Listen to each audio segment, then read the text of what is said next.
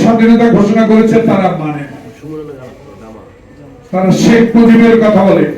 শেখ মুজিব আপনার সম্বন্ধে আমার কোনো কথা বলার প্রয়োজন নাই। ইতিহাস কথা বলে। আপনার মেয়ে আপনাকে ধ্বংস করে দিয়েছে, আপনি নিজ হাতে নিজে ধ্বংস হয়ে গেছেন।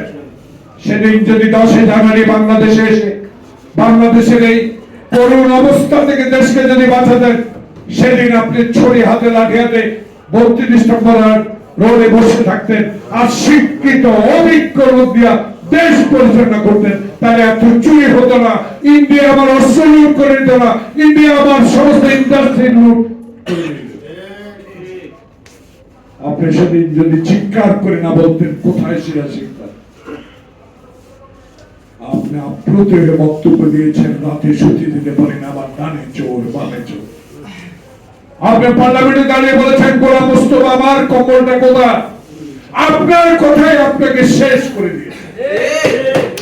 যদি সকল সংবাদপত্র বন্ধ করে না সাংবাদিকের লেখনীকে স্বাধীনতা দিতেন, সংবাদপত্রে যা বলে সত্য কথা বলে, সেদিন যদি আপনি বাসন্তী জাল পরে তার লজ্জার নিবারণ না করত, ইতিহাস আপনাকে শেষ করে দিয়েছে।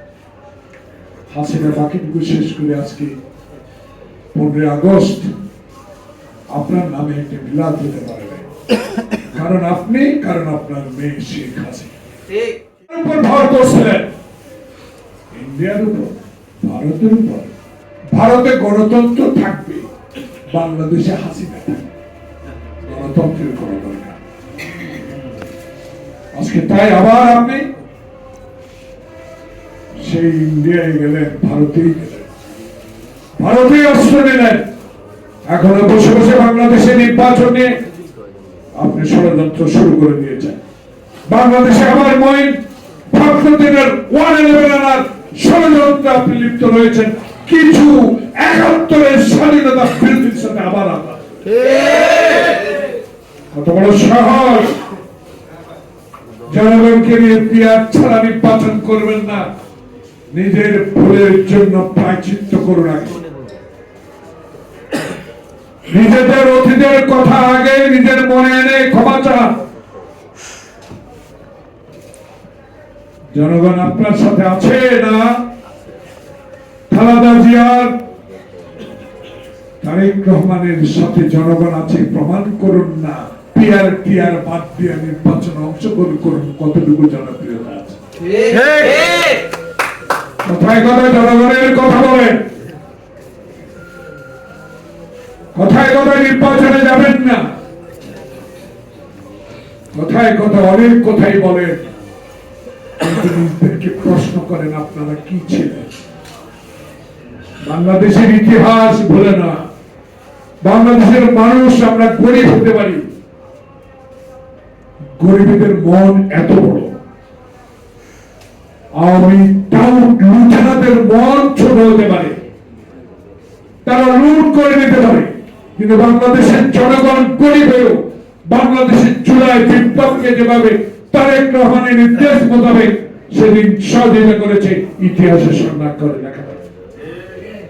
আজকে তাদেরকে নিয়ে বড় বড় কথা বলেন, কিন্তু একটা জিনিস ভেবে দেখেন, যে দিনের ভোট রাতে করে, যে কবর থেকে মৃত ব্যক্তি ভোটের ব্যবস্থা করে, যে সরকার বাংলাদেশে আয়নাঘর তৈরি করে, যে সরকার তারেক রহমানের লক্ষ লক্ষ নেতা কর্মীকে হাঁটু পানিতে দাঁড়িয়ে রাত কাটাবার ব্যবস্থা করেছে হাসিনা, যারা রাতের অন্ধকারে কবরস্থানে ঘুমিয়ে রাত কাটিয়েছে, যারা কোনদিন মা বাবার বুকে 16 বছরে একদিনের জন্য ঘুমাতে পারে নাই।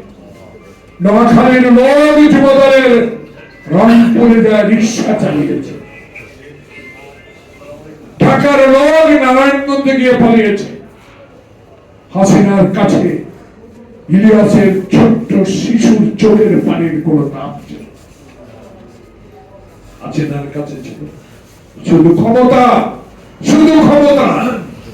হাসিনার কাছে ছিল বিএনপি পরিবারের ধ্বংস। হাসিনার মনের মধ্যে ছিল এই সংসদের উত্তর প্লাজা থেকে শহীদ জিয়ার কবরকে কেমনে সরানো যায়।